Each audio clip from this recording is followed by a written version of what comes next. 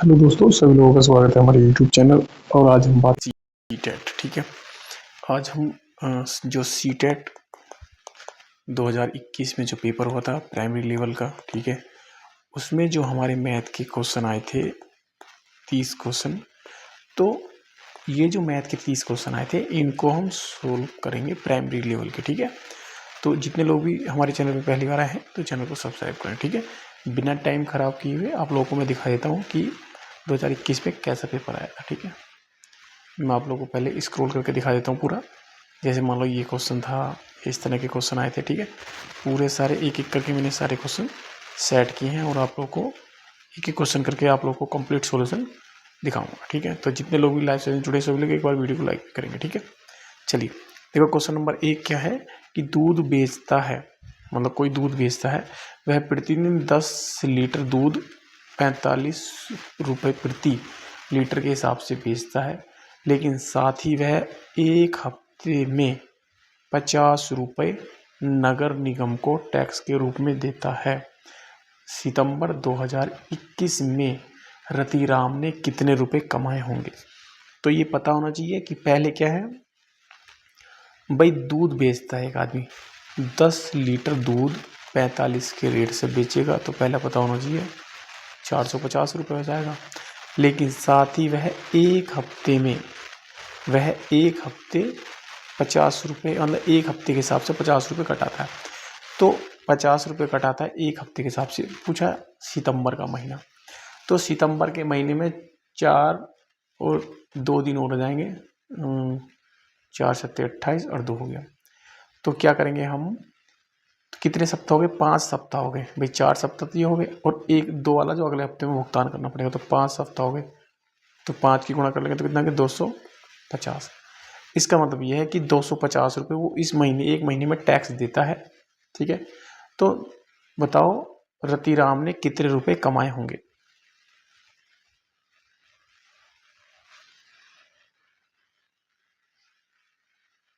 ठीक है, तो ये जो है ना 10 रुपये लीटर, यानी 10 लीटर दूध 45 लीटर के हिसाब से बेचता, वो एक दिन में बेचता।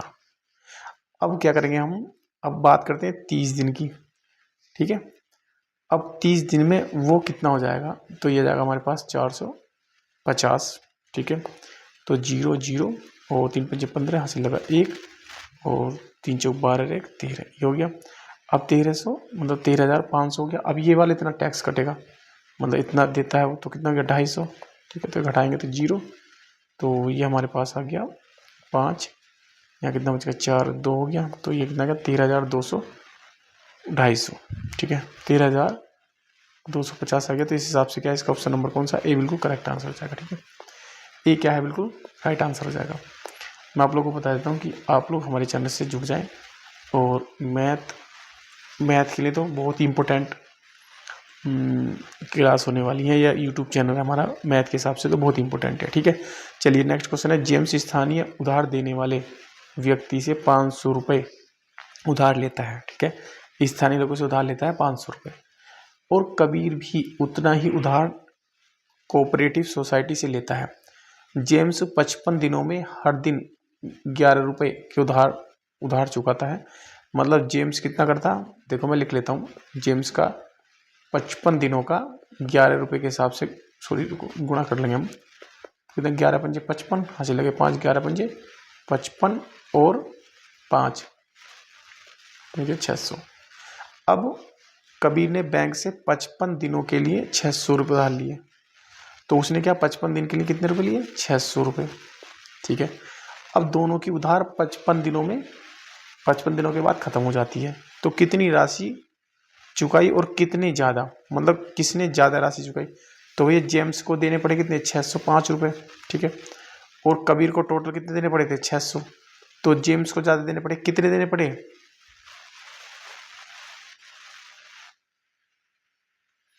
तो कितने जाने पर, देखो ये 600 थे, ये 5 थे, 5 रुपये जाते, जेम्स कबीर से 5 रुपये ज़्यादा देगा। तो इसका सही आंसर ऑप्शन नंबर का बी। भाई सीटेट के जो प्राइमरी लेवल का जो सीटेट आता, उसमें जो मैथ आता वो ज़्यादा इतना हार्ड नहीं आता, आसान क्वेश्चन आता, ठीक है। चलिए अगले क्वेश्चन की तरफ देखते हैं। क्वेश्चन नंबर क्या है हमारा, 3rd है, एक मिनी बस में अधिकतम 15 विद्यार्थी बैठे। थोड़ा लॉजिकली है, इसको ज़रा ध्यान से समझेंगे चीज़ों को, ठीक है। देखो, एक मिनी बस मतलब एक छोटी बस है, क्या है मैं लिख लेता हूँ, स्मॉल बस में अधिकतम कितने हैं, 15, और उनके 3 गुना विद्यार्थी एक बड़ी बस में बैठते हैं। तो मैं लिख लेता हूँ बिग बस में इसके 3 गुना, तो 15 या 45 हो गया। अब 112 विद्यार्थी पिकनिक पर जाना चाहते हैं, मतलब 112 विद्यार्थी हमारे पास टोटल हैं। प्रत्येक सीट पर एक विद्यार्थी बैठना है, तो इसके लिए कम से कम कितने वाहनों की आवश्यकता पड़ेगी, मतलब इसके लिए 112 है, एक मिनट को,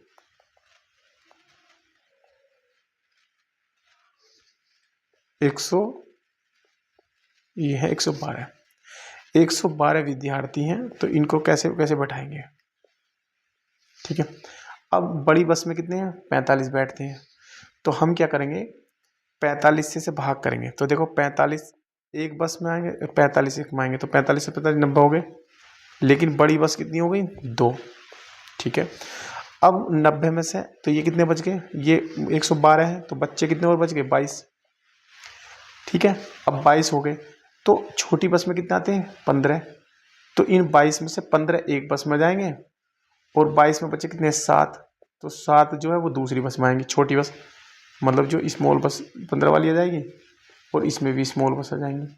तो हमारे पास क्या है, बड़ी बस 2 हो गई, और छोटी बस कितनी हो गई, एक 15 में ये आ जाएगा और एक ये आ जाएगा, तो एक बस ये हो गई, एक बस ये हो गई, 2 बस ये हो गई, तो हमारे पास कितनी, 2 बस तो आ गई बड़ी और 2 हो गई छोटी। तो इस हिसाब से क्या है, ऑप्शन नंबर क्या है, ए बिल्कुल करेक्ट आंसर हो जाएगा, ठीक है। चलिए नेक्स्ट क्वेश्चन की तरफ देखते हैं, क्वेश्चन नंबर क्या है, क्वेश्चन नंबर 4 जरा देखेंगे, जरा ध्यान से। क्वेश्चन नंबर 4 है, परिपूर्ण संख्या कहा जाता है यदि किसी संख्या को छोड़कर उसके सभी विभाजकों का योग संख्या के बराबर होता है, मतलब उसे छोड़ देंगे, उसी संख्या को छोड़कर उनमें से कौन सी एक परिपूर्ण संख्या नहीं है, ये पूछा नहीं है। तो पहले 6 नंबर दिया ऑप्शन पे, तो 6 देखेंगे, तो 6 का क्या हो जाएगा भाई, 1 2, तो हमें देखा 1 2 3, ये क्या है हमारी सब अच्छा परिपूर्ण संख्या है, तो 1 2 5 और 6 हो गया। अब इन्होंने क्या करा, उसी संख्या को छोड़कर, तो उसी संख्या को छोड़कर मतलब 6 छोड़ दिया, तो सभी विभाजकों का योग, देखो इन्हें सबको छोड़ेंगे, तो 1 और 2 कितना हो गया, 3 प्लस का ये वाला 3, तो कितना हो गया, 6। ये तो पूछा था सभी विभाजकों का योग उसी संख्या के बराबर आना चाहिए, तो नहीं मिला, तो कौन सी परिपूर्ण संख्या नहीं है, तो इसका मतलब 6 तो आ गया भाई। 6 अगर हमने 6 के हमें विभाजक ले लिए और 6 खुद छोड़ दिया और ये बचे, इन्हें जोड़ने के बाद 6 आ गया, इसका मतलब 6 तो होगा नहीं भाई, 6 तो होगा नहीं, पूछा गया परिपूर्ण संख्या नहीं है। तो ऐसे ही क्या करेंगे हम, 48 लेंगे दूसरा विकल्प, तो 1 2 विभाजक देखेंगे हम, 3 1 2 3 4, 3 4 आ जाएगा, 5 नहीं आएगा, ये आ जाएगा 6,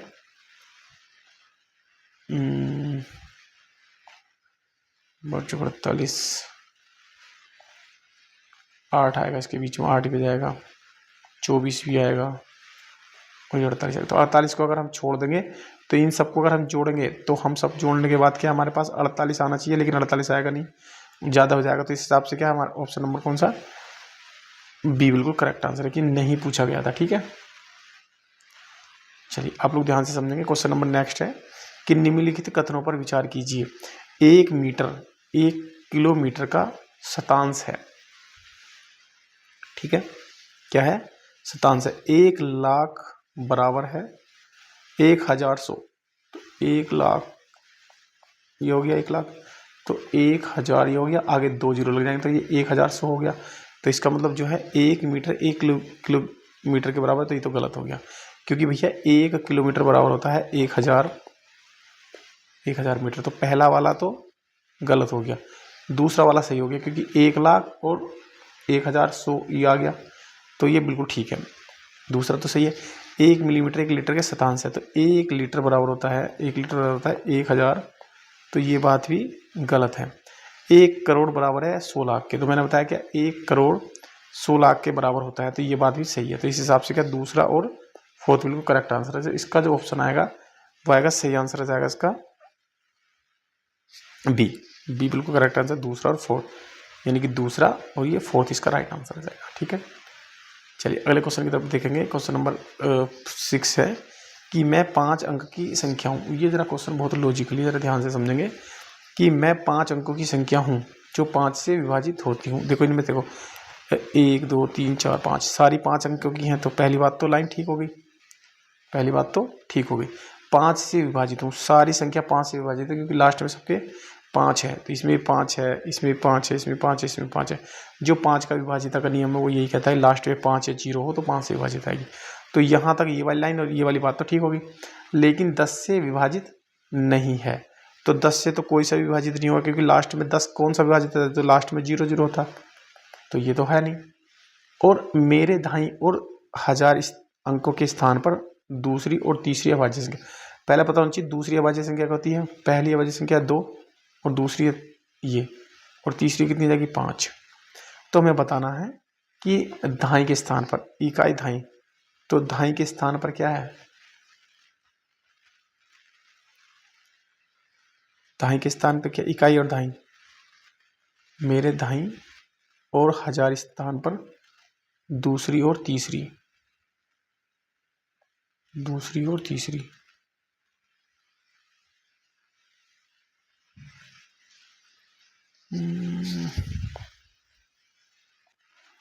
ठीक है, तो इसमें देखो जरा क्या है। हाँ, इसमें कहा गया है कि इसमें अंक देखना, तो दाईं के स्थान पर क्या है भाई। देखो मान लो हमने इकाई दाईं के स्थान पर क्या दूसरी आनी चाहिए, तो दाईं के स्थान पर क्या है दूसरी हमारी क्या है, पहली तो ये होगी, दूसरी ये 3 आ गई, तो इसका मतलब ये वाला गेम से खत्म हो गया। ठीक है, अब इसमें क्या है इकाई और दाईं के स्थान पर तीसरी, तो दाईं के स्थान पर सिर्फ यही है, तो दाईं के स्थान पे इकाई और दाईं पे के स्थान पे कितना 3 है, तो इसका मतलब इस ऑप्शन ये ऑप्शन हमारा बिल्कुल ठीक है, सी ऑप्शन बिल्कुल करेक्ट है।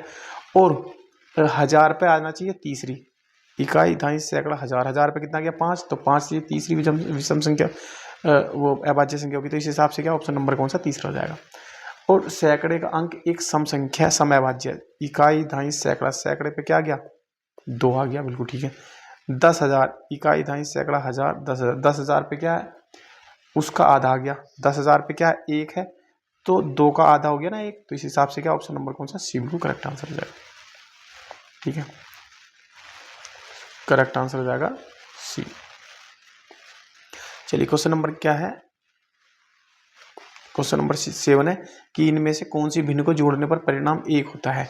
तो सिंपल हम सबको क्या करेंगे, जैसे मान लो दूसरी जोड़ ली हमने 1/4 प्लस का 1/2 1/2, तो इन सब का एलसीएम कितना आ गया हमारे पास 4 आ गया, तो यहाँ कितना हो जाएगा 1 प्लस का, तो ये आ जाएगा 2 प्लस का, यहाँ 2 आएगा क्योंकि इससे से भाग करेंगे 2 बार, तो ये कितना हो गया 2 और 1 5/4, तो इसका मतलब ये दूसरी वाली बात भी गलत। इसमें हम देखो 8 8 जोड़ेंगे तो 5 और 3 8 और 1 9, तो ये आ जाएगा 9/8, इसका मतलब ये बात भी गलत है। इसे सोल्व करेंगे तो ये बात गलत। पहला देख लो कितना आएगा, तो पहला क्या है बिल्कुल सही आंसर है, क्योंकि पहले का देखो जरा कैसे करेंगे हम, पहले में कितना आ गया हमारे पास 8 आ गया, तो 8 दूनी 16, तो ऊपर हो जाएगा 6 प्लस 16 का 16, तो ये आ गया 4 प्लस का, तो 4 से भाग करेंगे 4 प्लस का 8 दूनी 2, तो कितना गया भाई 6 और 2 6 और 4 10, और आगे कितना गया 6, तो 6 और 6 कितना हो गया हमारे 10 और 6 16 16, 16/16 का मतलब हो जाएगा 1, तो इसका सही आंसर हो जाएगा पहला, करेक्ट आंसर है। ठीक है, चलिए अभी अगले क्वेश्चन की तरफ देखते हैं। क्वेश्चन नंबर नेक्स्ट है कि निम्नलिखित में से कौन सा कथन सही नहीं है। सभी वर्ग आयत होते हैं, ये बिल्कुल सही बात है। सभी समांतर चतुर्भुज वर्ग होते हैं, ये गलत बात है। सभी वर्ग समचतुर्भुज होते हैं, ये भी ठीक है सही।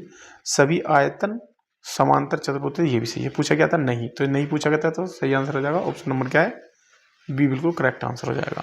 ठीक है, बी बिल्कुल करेक्ट है कि सभी समांतर क्या है, सभी समांतर चतुर्भुज वर्ग नहीं होते।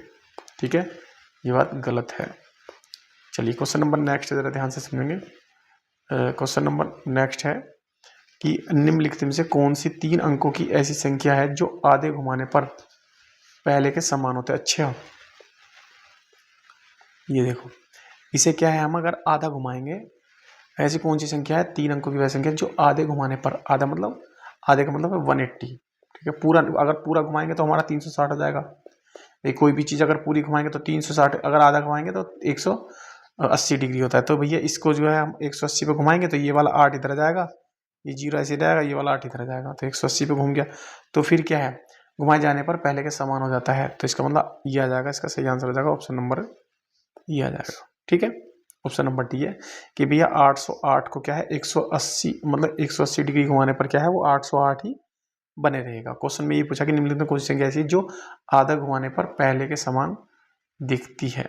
तो सही आंसर इसका ऑप्शन नंबर कौन सा, डी बिल्कुल करेक्ट आंसर है।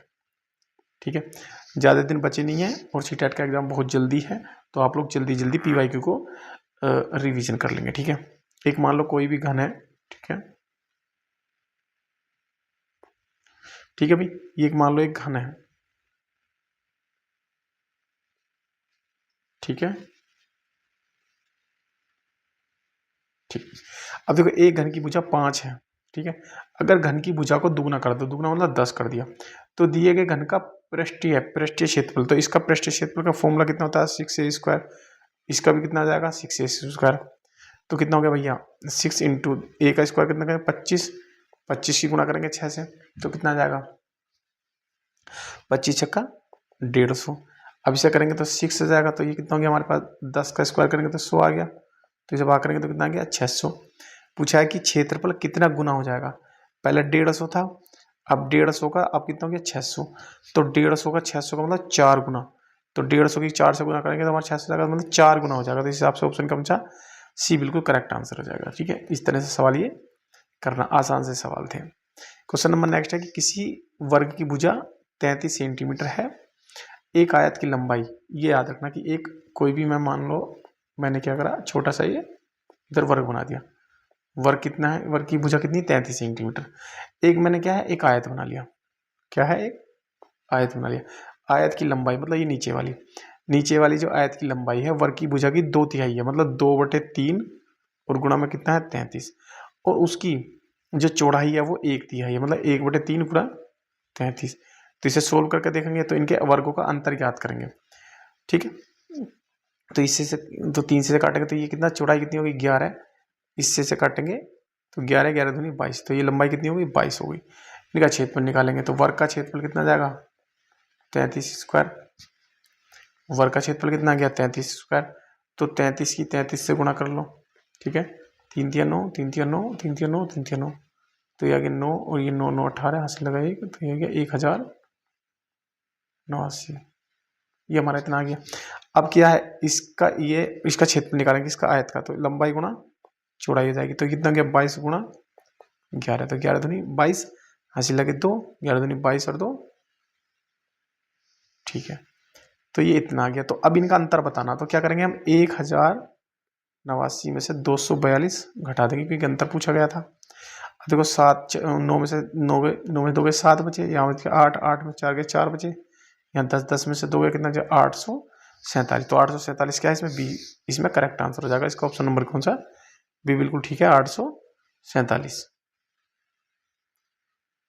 अगला क्वेश्चन देखेंगे, नेक्स्ट क्वेश्चन है कि नरेश ने 30 जून को सुबह 11:20 AM पर अपनी यात्रा शुरू की, मान लो कितने पे 11:20 पे उसने यात्रा शुरू की, और ये शुरू की थी 30 जुलाई को, सॉरी 30 जून को, आगे कितना है 1 जुलाई, तो शाम को 5:40 तक वो समाप्त हो गई।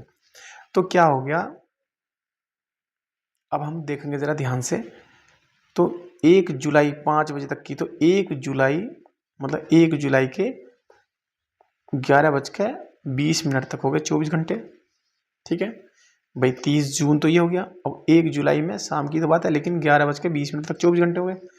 अब यहाँ 12 बजने में कितना हो गया, 12 बजने में कितनी मिनट हो गए रहेगी 40 मिनट। ठीक है, 40 मिनट और बची हैं, 12 बजने में 12 बज गए, और ये आगे के 5 घंटे, तो 5 घंटे रुको, तो 5 घंटे ये हो गए और 40 मिनट ये हो गई, तो 0 और ये कितना हो गया 80, इसे जोड़ देंगे तो कितना हो गया हमारे पास 29 घंटे 80 मिनट हो गई। तो अब इस 80 मिनट में से 60 मिनट इधर लेंगे तो 1 घंटा हो जाएगा, तो ये कितना हो गया फिर 30 घंटे, और यहाँ कितना बच जाएगा 20 मिनट, तो ये हो जाएगा 30 घंटे 20 मिनट, 30 घंटे 20 मिनट, 30 घंटे 20 मिनट कहाँ है, बिल्कुल ठीक है आंसर, ऑप्शन नंबर कौन सा ए बिल्कुल करेक्ट आंसर हो जाएगा। ठीक है, चलिए अगले क्वेश्चन की तरफ बढ़ते हैं। क्वेश्चन नंबर जरा ध्यान से समझेंगे। क्वेश्चन नंबर 13 में क्या है कि कक्षा 3 के बच्चों ने गुप्त संदेश लिखे, आज उन्होंने विपरीत शब्दों को गुप्त संदेशों में लिखा। जैसे अध्यापक ने ब्लैक को इतना लिखा, तो इनमें से कौन सा गुप्त संदेश दिए गए? सही का सही विपरीत शब्द का सही विपरीतार्थ होगा। जैसे जैसे मान लो क्या है, देखो भाई ये लिखा मैंने BLACK ब्लैक को लिख लिया, AKZB लिख लिया, ठीक है। तो इसमें क्या है, इसका उल्टा करते मतलब एक एक घटाते हैं। L के बाद एक घटाया K हो गया, A के बाद एक घटाया Z आ गया, C के बाद एक घटाया B आ गया, K के बाद एक घटाया तो 10 आ गया। तो इसमें पूछा गया कि इनमें से कौन सा गुप्त संदेश दिए गए शब्द का सही विपरीतार्थ होगा।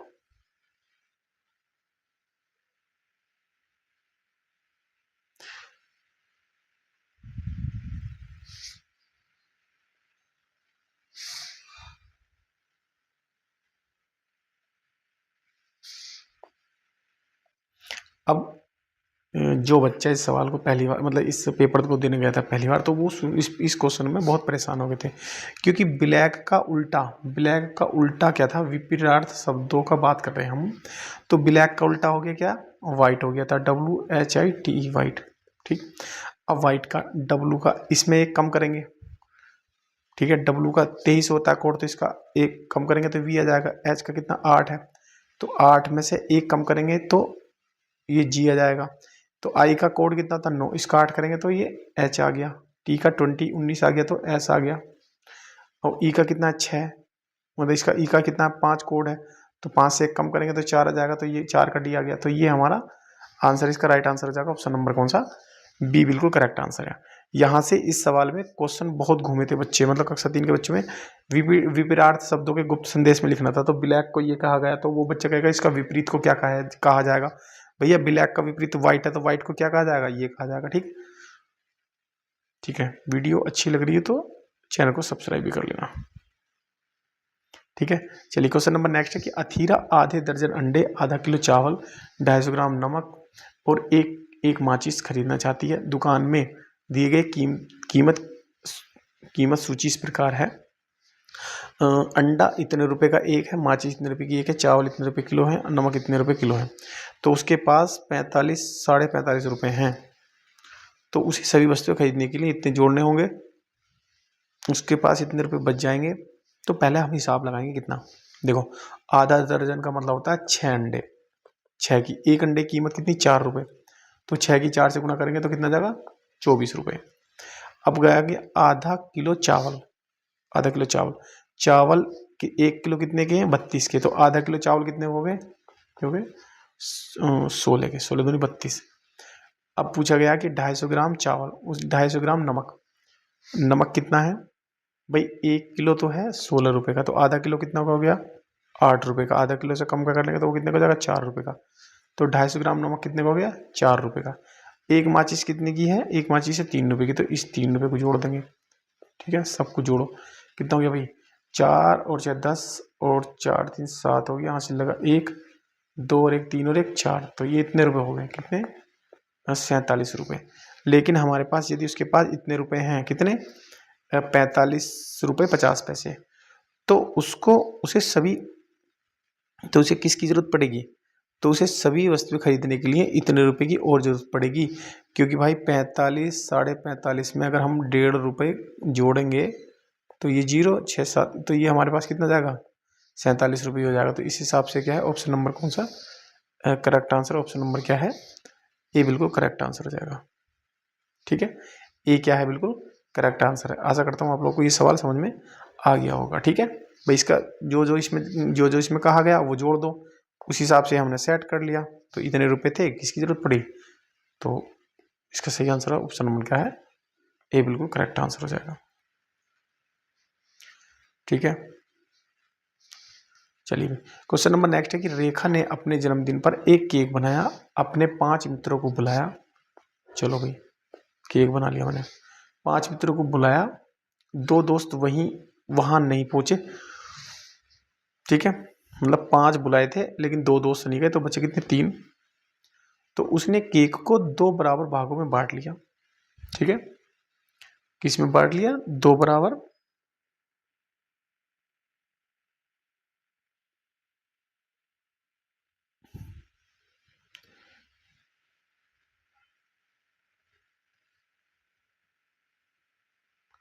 2 बराबर भागों में बांटा, ठीक,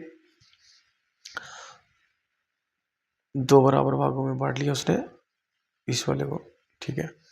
एक हिस्सा अपने लिए रख लिया, बचा हुआ एक हिस्सा, मतलब जैसे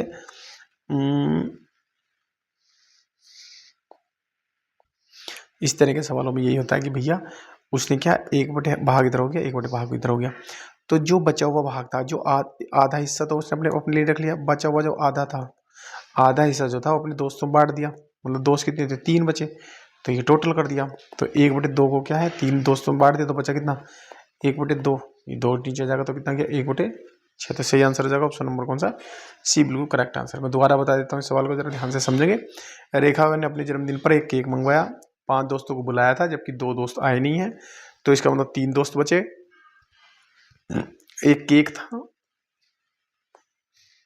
हमने गोल केक था, केक को आधा कर लिया, तो 1/2 भाग ये हो गया, 1/2 भाग हो गया, इस वाले भाग को उसने अपने घर के अंदर रख लिया अपने लिए, ठीक है। बचा क्या, 1/2 भाग था केक का, तो 1/2 भाग जो था वो अपने दोस्तों में बांटना था उसे, बाकी दोस्तों में बांटना था, बाकी दोस्त कितने बचे, 3 दोस्तों में बांटेंगे तो 3 से भाग करेंगे, थोड़ी देर बाद उसके 2 दोस्त भी आ गए, वहां उन्होंने देखा, उन्होंने देखकर खुश हो गए और अपने केक के भाग को 3 बराबर भागों में हिस्से बांट लिया, उसने पूरे केक का कितना भाग खाया, तो ये 1/6 आ गया, सही आंसर है ऑप्शन नंबर कौन सा, सी बिल्कुल करेक्ट आंसर है, ठीक है।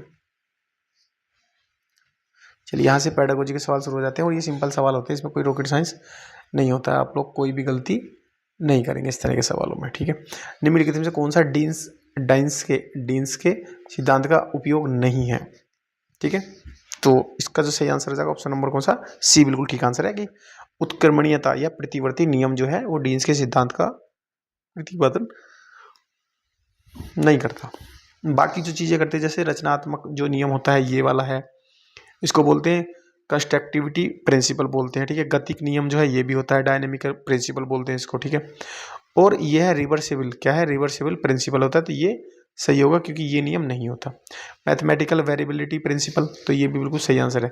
तो जो पहला मतलब ए, बी और डी, तो ये तीनों जो है हमारे डीन्स के सिद्धांत पर काम करते हैं, लेकिन उत्क्रमणिता रिवर्सिबल वाला जो प्रिंसिपल होता है वो डीन्स के सिद्धांत पर कार्य नहीं करता, तो इस हिसाब से इसका सही आंसर है ऑप्शन नंबर कौन सा, सी बिल्कुल करेक्ट आंसर हो जाएगा, ठीक है। चलिए नेक्स्ट क्वेश्चन है पियाजे के अनुसार संख्या, ठीक है। आगे है पियाजे के अनुसार संख्या बच्चों द्वारा वस्तुओं के बीच बनाए गए 2 प्रकार के संबंधों का संश्लेषण है, ये आपको याद रखना है भाई साहब, इसका सीधे स्ट्रेट फॉरवर्ड पर ये याद रखना, क्रम और पदानुक्रम समावेशन, राइट आंसर इसका ऑप्शन नंबर क्या है, ए है, ये याद रखना। पियाजे के अनुसार संख्या बच्चों द्वारा वस्तुओं के बीच बनाए गए 2 प्रकार के संबंधों का विश्लेषण होता है, जैसे क्रम और पदानुक्रम, ठीक है, आपस में ये क्या संबंध स्थापित करते हैं, पद और पदानुक्रम, ठीक है। आप लोगों को पियाजे के अनुसार संख्या के बारे में बात करता है, तो ये 2 पॉइंट याद रखने, यहीं से सवाल बनेगा, सीधे स्ट्रेट फॉरवर्ड आप लोग को यही याद रखना, ठीक है। चलिए क्वेश्चन नंबर नेक्स्ट है कि बहुधा छात्र, बहुत सारे छात्र दशमलव संख्याओं की तुलना करने में त्रुटि करते हैं, उदाहरण के लिए जैसे इतने को इतना समझ लेते हैं, जो ये लिखा हुआ है 0.50 है और एक 0.5 है, तो इस वाले को क्या है ज्यादा समझ लेते हैं, ठीक है, इसको क्या समझते हैं ज्यादा, तो इस त्रुटि का सर्वाधिक संभावित कारण हो सकता है, क्या कारण हो सकता है बताओ, इसका सही आंसर है पूर्ण संख्याओं के तथ्यों का दशमलव संख्याओं में अतिशय, ये कहने का मतलब ये है कि over generalization of whole number fact to decimal numbers, तो इसका जो सही आंसर ऑप्शन नंबर क्या है कि पूर्ण संख्या के तथ्यों का दशमलव संख्याओं में जो हमारा जनरलाइज होता है उसको वो करता नहीं है, तो सही आंसर हो जाएगा ऑप्शन नंबर कौन सा, ए बिल्कुल करेक्ट आंसर हो जाएगा। चलिए भी क्वेश्चन नंबर नेक्स्ट है कि वर्ष 2021 में शिक्षा मंत्रालय द्वारा निम्नलिखित में से कौन सी पहल राष्ट्रीय पहल यह सुनिश्चित करने के लिए लाई गई कि देश का प्रत्येक बच्चा मूलभूत साक्षरता और संख्यात्मक प्राप्त करे,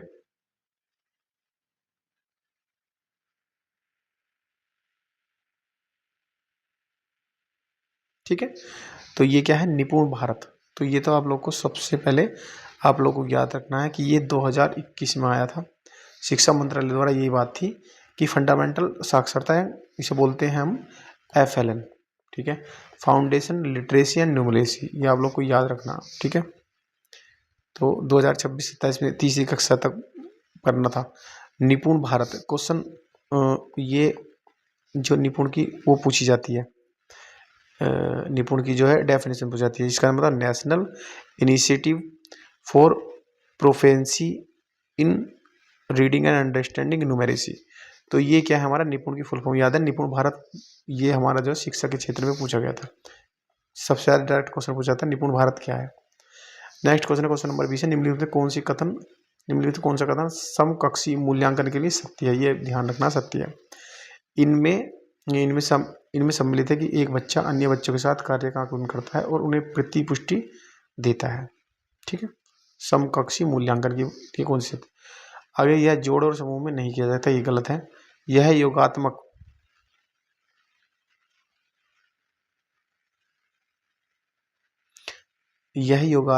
मूल्यांकन का उदाहरण है, तो ये भी गलत है। यह बच्चों की सीखने रुचि स्वकाल की ओर संकेत करता नहीं, तो इसका जो सही आंसर है, इसमें सत्य पूछा था कि समकक्षी मूल्यांकन के लिए कौन सी सत्य है, तो इसमें पहला ही जो ऑप्शन है वो बिल्कुल ठीक आंसर हो जाएगा। इसमें क्या है, पहला जो ऑप्शन है ये बिल्कुल सही आंसर है कि एक बच्चा अन्य बच्चों के कार्य का आकलन करता है और प्रतिपुष्टि करता है, यही समकक्ष है। समकक्ष आप लोग जैसे हम भी पढ़े हैं, तो कक्षा के अंदर जो 13 बच्चे होते हैं, कुछ बच्चों को बताया जाता है भाई ये दूसरे की कॉपी में आप लोग ये सवाल समझा दो, सिखा दो, तो यहाँ से ये सब चीज़ें सीखते हैं, ठीक है। चलिए, बहुत इंपॉर्टेंट क्वेश्चन आप लोग को ध्यान से समझना है, ये सारे जितने पेडागोजी के क्वेश्चन है बहुत इंपॉर्टेंट है, ठीक है, जरा ध्यान से समझना ये सब चीज़ें। कि त्रिभुज के कोणों के योग गुणधर्म, त्रिभुज के आंतरिक कोणों का क्या 180 डिग्री होता है। परिचय कराने के लिए शिक्षक ने विभिन्न प्रकार के त्रिभुजों के छोटे छोटे कटआउट विद्यार्थियों को प्रदान किए गए और विद्यार्थियों को प्रत्येक दिए गए त्रिभुजों के आंतरिक कोणों को मापने के लिए कहा। क्रियाकलाप के समापन के बाद छात्र इस निष्कर्ष पर पहुंचते हैं कि किसी भी त्रिभुज के आंतरिक कोणों का योग 180 होता है, चाहे वह कैसा भी दिखे। यह क्रियाकलाप उदाहरण है किस बात का, तो इस तरह का सिंपल था, आप लोग को याद रखना है, ठीक है। ये कौन सी विधि होती है, जब कभी भी हम छोटी छोटी बातों को सिखाते हैं, मतलब छोटी छोटी बातों को जोड़ कर करते हैं, तो वो इंडक्टिव मेथड होता है। क्या बोलते हैं उसको, इंडक्टिव, ठीक है, इंडक्टिव मेथड बोलते हैं, यानी कि इसे हिंदी बोलते हैं हम आगमनात्मक विधि। तो इसका सही आंसर आ जाएगा ऑप्शन नंबर कौन सा, बी, बिल्कुल ठीक आंसर है। इसमें और कोई कुछ नहीं करना, तो इसमें तो यही है भैया, उदाहरण से अगर हम क्या है प्रत्यक्ष से याद रखें, प्रत्यक्ष से प्रमाण, ठीक है, प्रत्यक्ष से प्रमाण और उदाहरण से नियम तक, ठीक है, स्थूल से सूक्ष्म तक। मतलब अगर हम हल्की चीज़ों से थोड़ी थोड़ी और हार्ड लेवल पर जाते हैं तो उसको क्या हम अगत्यात्मक बोलते हैं, ठीक है, इंडक्टिव मेथड बोलते हैं। यानी पहले छोटी छोटी चीज़ों को सीखेंगे, फिर उसके बाद दूसरी चीज़ों को लिए जाएंगे, ठीक है। ये इतना बड़ा क्वेश्चन लिखा हुआ था लेकिन समझाने के लिए था, तो आप लोग को याद रखना इंडक्टिव मेथड, ठीक है। चलिए, इस क्वेश्चन को जरा ध्यान से समझेंगे। नेहा घटाने की संख्या, मतलब ये लिखा हुआ कि इसमें से इसे घटाएगी। हल करने के लिए मैं कहती है कि भैया इतने में पहले 100 जोड़ेंगे, इस वाले में 100 जोड़ो, फिर मतलब इसमें 100 जोड़ो तो 357 हो जाएगा, फिर 100 जोड़ो तो 457 हो जाएगा, फिर 100 जोड़ो 557 हो जाएगा, फिर जो जोड़ो तो ये आ जाएगा। इस तरह से जोड़ जोड़ के वो क्या सबको कर दिया, इसलिए उसने बताया कि इतने में 400 जोड़ेंगे तो इतना हो जाएगा, ठीक है, ठीक है, ये हो गया। अब फिर इतना ये जमा करेंगे 10 बार, इस तरह मतलब उसने जोड़ जोड़ के चीज़ों को लिखा। तो नेहा द्वारा अपनाई गई रणनीति के लिए इनमें से कौन सा कथन अत्यधिक उपयुक्त है, अत्यधिक उपयुक्त है।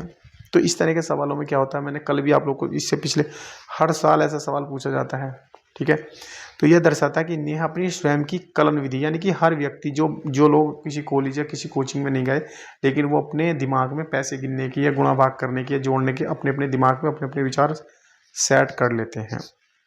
तो ऐसे ही क्या कलन विधि बोलते हैं उसको, ह्यूरिस्टिक विधि बोलते हैं। विकसित करने में योग और व्याकरण की अपनी संकल्पनाएं समझ का उपयोग करने में सक्षम होते हैं। तो इसका राइट आंसर ऑप्शन नंबर क्या है? ए बिल्कुल करेक्ट आंसर है। आप लोग को ये याद रखना है। चलिए नेक्स्ट क्वेश्चन, निम्नलिखित में कौन सा एक रचनात्मक गणित की कक्षा का लक्षण है? रचनात्मक गणित का लक्षण है तो क्या है इसमें? सही आंसर ऑप्शन नंबर क्या है? सी बिल्कुल ठीक है। बच्चे अर्थपूर्ण गतिविधियों में व्यस्त हैं, तो ये रचनात्मक गणित हो जाएगा। ठीक है, अर्थपूर्ण गतिविधियों में व्यस्त रहेंगे तो रचनात्मक गणित को बढ़ावा देंगे वो। चलिए क्वेश्चन नंबर नेक्स्ट है कि निम्नलिखित में से कौन सा क्रियाकलाप कक्षा 3 के छात्रों में समस्या समाधान की प्रतिभा, ठीक है भाई। 24 नंबर क्वेश्चन देखो, निम्नलिखित में से कौन सा क्रियाकलाप कक्षा 3 के छात्रों में समस्या समाधान की प्रतिभा को विकसित करता है? तो पहला है एक वर्ग, मतलब एक वर्ग पहली, जिसमें मूल शब्द जैसे सम संख्या, विषम संख्या, भाज्य संख्या आदि के लिए संकेत दिए गए हों। दूसरा है एक क्रियाकलाप जिसमें विद्यार्थी समूह में कार्य करते हैं और 2 अंकों के गुणन के विभिन्न आयामों को खोज कर रहे हैं। ठीक है, और ये क्या है? संख्याओं और संक्रियाओं पर अंतः कक्षा प्रश्नोत्तरी का संचालन कराना। और फोर्थ है कि 4 आधारभूत संख्याओं पर आधारित समस्याओं को औपचारिक एल्गोरिथम यानी कलन विधि के उपयोग से सुलझाने पर कार्य पत्रिका देना। तो इसका सही आंसर आ जाएगा ऑप्शन नंबर कौन सा? दूसरा बिल्कुल ठीक है। कक्षा 3 की कौन सा क्रियाकलाप कक्षा 3 के छात्रों में समस्या समाधान की प्रतिभा को विकसित करता है? तो दूसरा इसका सही आंसर है। ये एक क्रियाकलाप जिसमें विद्यार्थी समूह में कार्य करते हैं और 2 अंकों के गुणन के आयामों को खोज रहे हैं, तो ये क्या?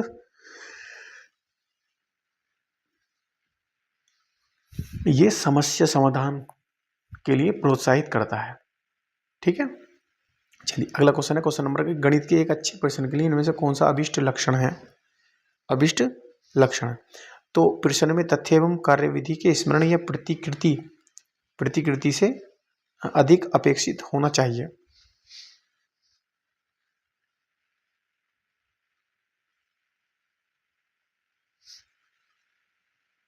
ठीक है, और इसमें है आगे है प्रश्न हमेशा बंद सिरे वाला होना चाहिए, उनमें अध्यापक विद्यार्थी को उपयोग मिलेगा, नहीं ये गलत है, ये गलत है।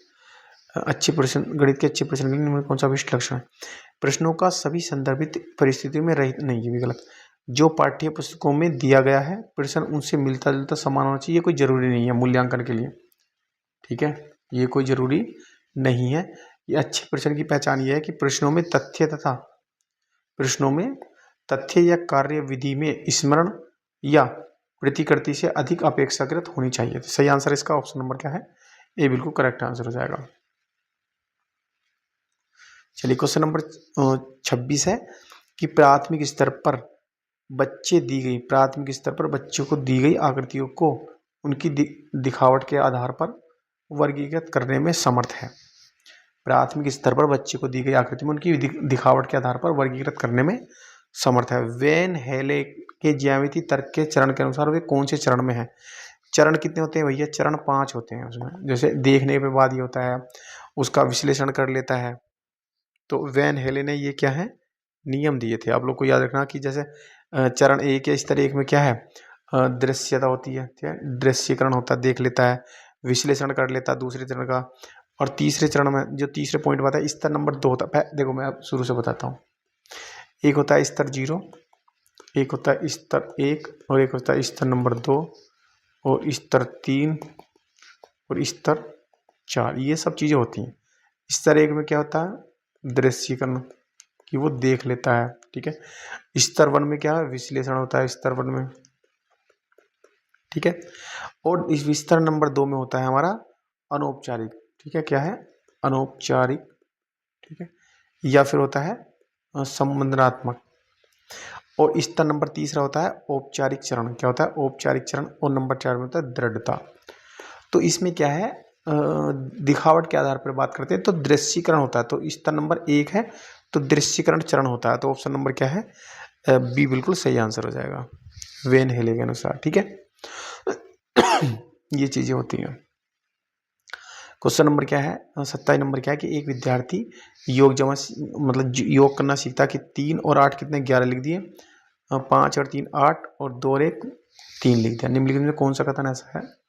विद्यार्थी के दोष को सुधारने के लिए सही तकरीब पता। तो इस तरह के सवाल को मैंने आप लोग को बहुत बार एग्जाम में बताया कि भैया इसका डीन्स ब्लॉक द्वारा उपयोग किए स्थानीय मान की अवधारणा को सुदृढ़ करना।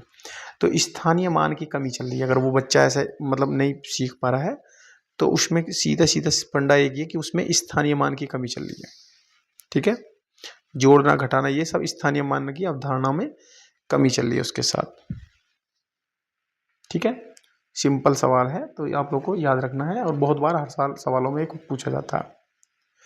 अगला क्वेश्चन है क्वेश्चन नंबर 28 है कि प्राइमरी गणित की अध्यापिका लेडीज टीचर विद्यार्थियों में रूलर पैमाना निकालने के लिए कहती है क्योंकि वह लंबाई का मापक प्रकरण पढ़ाने वाली है। विद्यार्थी यह शब्द सुनकर उलझन में पड़ गए। वे किस प्रकार किसी राजा या रानी को निकाल सकते हैं।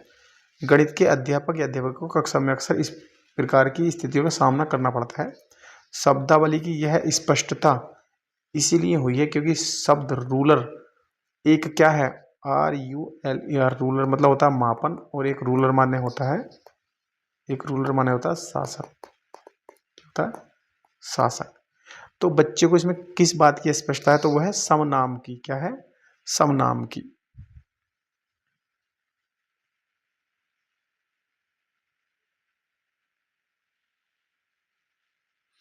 समनाम शब्द की दिक्कत आ रही है। ठीक है, मतलब जो होते हैं हमारे होमोनियस, ठीक है, मतलब जो समानार्थी होते हैं, क्या बोलते हैं? समानार्थी, मतलब समान अर्थ की बात करते हैं हम, तो ये समानार्थी है, तो इसलिए क्या है, ये समनाम शब्द की दिक्कत है इसमें। ठीक है, आप लोग को याद रखना। क्वेश्चन नंबर क्या है 29 है कि कौन सी दो संख्या को विभाजित करने पर भागफल 4 होता है। तो इस प्रकार के प्रश्न कैसे होते हैं ये आप लोग को बताना है। तो इसका कुछ नहीं करना, मुक्त सिरे वाले होने के कारण अपसारी चिंतन को बढ़ावा देते हैं। अपसारी चिंतन मतलब पहले छोटी से बड़ी, फिर मतलब पहले 2 से भाग करेंगे, फिर धीरे धीरे करेंगे, फिर 4 से करेंगे, इस तरह से सब सवालों को ले जाते हैं हम, तो याद रखना होता है। ठीक है, तो तर्क शक्ति और हमें जो है तकसरी समस्या समाधान, इस तरह की जितनी भी है अपसारी चिंतन से क्या हम समस्या समाधान, चिंतन कौशल, इन सब चीज़ों को क्या है हम करने में मदद मिलती है इन सब चीज़ों से। तो इसका जो सही आंसर हो जाएगा ऑप्शन नंबर कौन सा, बी बिल्कुल करेक्ट आंसर हो जाएगा। ठीक है, और आज की वीडियो का लास्ट क्वेश्चन आप लोग को NEP से पूछा जाता है, ये NCF से पूछा गया। ठीक है, राष्ट्रीय पाठ्यचर्या रूपरेखा 2005 के कथनों में से एक दृष्टिकोण है कि सभी के लिए गणित है। इस प्रकार की दृष्टिकोण निम्न कौन सा अत्यंत उपयुक्तता से दर्शाता है। तो मतलब सभी के लिए गणित है। तो आप लोग इस चीज़ से आप लोग समझते हो कि हमारे यहाँ गणित को लेकर जो सी भेदभाव होता है, लिंग और जेंडर में दिक्कत होती है, जाति धर्म के आधार पर चीज़ों को गलत तरीके से बताया जाता है। तो गणित शिक्षण के अधिगम जेंडर के पक्षपात से मुक्त होना चाहिए, ये भी कहीं ना कहीं ठीक है। लेकिन गणित शिक्षण अधिगम हाँ ये ठीक है, ऑप्शन नंबर कौन सा, दूसरा बिल्कुल ठीक है कि गणित शिक्षण और अधिगम लिंग जाति और भेद के आधार पर भेदभाव से मुक्त होना चाहिए। सभी के लिए गणित का मतलब यही है।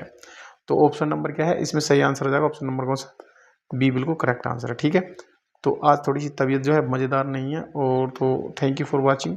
ठीक है, आज मज़ेदार वीडियो नहीं, मतलब आज जो तबीयत ठीक नहीं है, लेकिन मैंने फिर भी आज आप लोग के लिए PYQ को कराया है। ठीक है, तो ऐसे ही हमारे चैनल को सब्सक्राइब भी कर लेना और बेल आइकन को दबा देना।